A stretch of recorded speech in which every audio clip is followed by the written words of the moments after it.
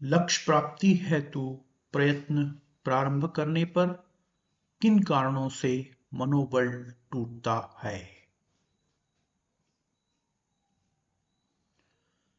जब जन्म के और विद्या के संबंधी ही संघर्ष के मैदान में हो तो प्रयत्न की इच्छा मिट जाती है और कायरता आ जाती है।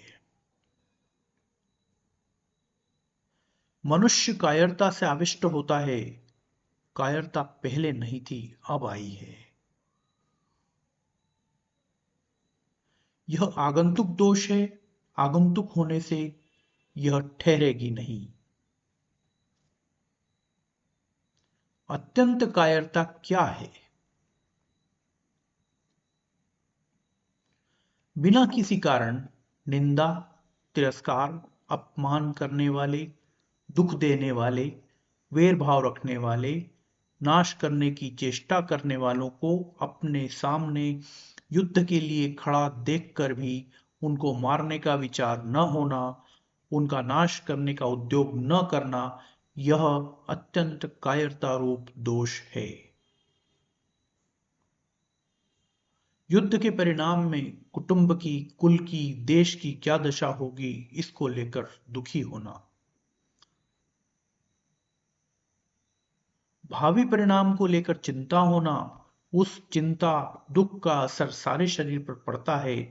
मुख सूखता है, शरीर के अंग शिथिल हो जाते हैं, शरीर थर थर कांपता है, रोंगटे खड़े होते हैं, शरीर में जलन होती है, मन भ्रमित होता है, अर्थात मेरे को क्या करना है यह नहीं सोचता। कार्य के प्रारंभ में ही उत्साह भंग हो जाता है। मन में संकल्प विकल्प ठीक नहीं होते तो उस कार्य का परिणाम अच्छा नहीं होता। अभी के और पहले के शकुनों को देखने पर दोनों ही विपरीत अर्थात भावी अनिष्ट के सूचक दिखते हैं।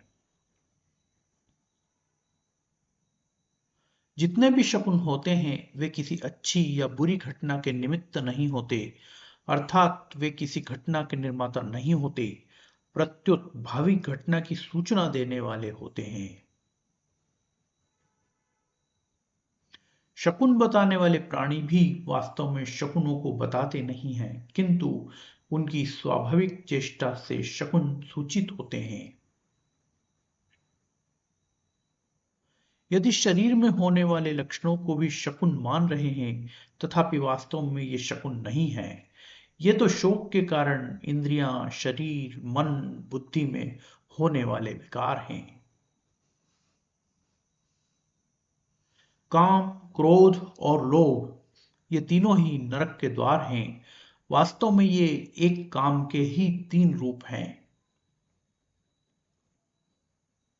ये तीनों सांसारिक वस्तुओं, व्यक्तियों आदि को महत्व देने से पैदा होते हैं। काम अर्थात कामना की दो तरह की क्रियाएं होती हैं, इष्ट की प्राप्ति और अनिष्ट की निवृत्ति। इनमें से इष्ट की प्राप्ति भी दो तरह की होती है, संग्रह करना और सुख भोगना।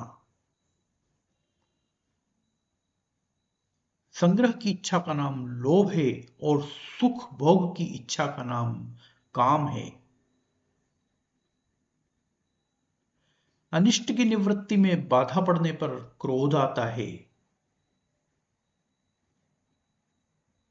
अर्थात भोगों की, संग्रह की प्राप्ति में बाधा देने वालों पर अथवा हमारा अनिष्ट करने वालों पर, हमारे शरीर का नाश करने वालों पर क्रोध आता है, जिससे अनिष्ट करने वालों का नाश करने की क्रिया होती है।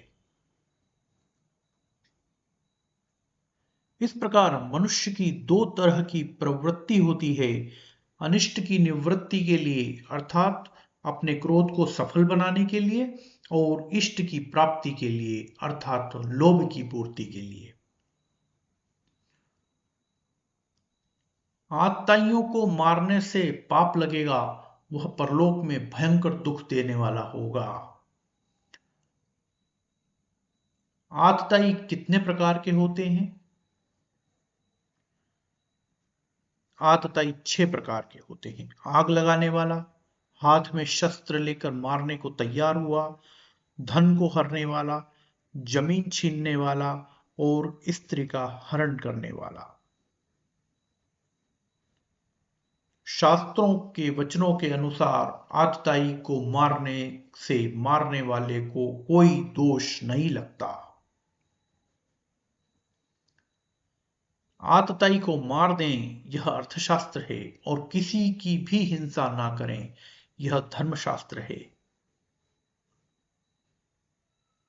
जिसमें अपना कोई स्वार्थ या मतलब नहीं रहता वह अर्थशास्त्र कहलाता है और जिसमें अपना कोई स्वार्थ नहीं रहता वह धर्मशास्त्र कहलाता है।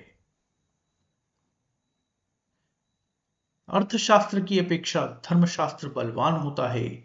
अतः शास्त्रों में जहां अर्थशास्त्र और धर्मशास्त्र दोनों में विरोध आए वहां अर्थशास्त्र का त्याग करके धर्मशास्त्र को ही ग्रहण करना चाहिए। जहां लड़ाई होती है वहां समय, संपत्ति, शक्ति का नाश हो जाता है। तरह तरह की चिंताएं और आपत्तियां आ जाती हैं। आपस में खटपट मच जाती है, मनोमालिन्य हो जाता है, कई तरह का मतभेद हो जाता है। मतभेद होने से वैरभाव उत्पन्न हो जाता है। मनुष्य अपने पास जिन वस्तुओं का अभाव मानता है उन वस्तुओं को वह लोभ के कारण पाने की चेष्टा करता रहता है। विचार किया जाए तो जिन वस्तुओं का अभी अभाव है बीच में प्रारब्धानुसार उनकी प्राप्ति होने पर भी अंत में उनका अभाव ही रहेगा। अतः हमारी तो वही अवस्था रही जो कि वस्तुओं के मिलने से पहले थी। बीच में लोभ के कारण उन वस्तुओं को पाने में परिश्रम ही परिश्रम पल्ले पड़ा, दुख ही दुख भोगना पड़ा। बीच में जिन वस्तुओं के संयोग से थोड़ा सा सुख हुआ है वह तो केवल लोभ के कारण ही हुआ है। अगर भीतर में लोभ रूपी दोष न हो तो वस्तुओं के संयोग से सुख हो ही नहीं सकता। ऐसी ही मोह रूपी दोष न हो तो कुटुंबियों से सुख हो ही नहीं सकता। तात्पर्य यह है कि संसार का सुख किसी न किसी दोष से ही होता है। कोई भी दोष न होने पर संसार से सुख हो ही नहीं सकता। परंतु लोभ के कारण मनुष्य ऐसा विचार कर ही नहीं सकता। यह लोभ उसके विवेक विचार को लुप्त कर देता है। यह नियम है कि मनुष्य की दृष्टि जब तक दूसरों के दोष की तरफ रहती है तब तक उसको अपना दोष नहीं दिखता। उल्टे एक अभिमान होता है कि इनमें तो यह दोष है पर हमारे में यह दोष नहीं है। दूसरों के दोष देखना एवं अपने में अच्छाई का अभिमान करना ये दोनों दोष साथ में ही रहते हैं। अच्छाई के अभिमान की छाया में मात्र दोष रहते हैं। साथियों, निरंतर रहेगा।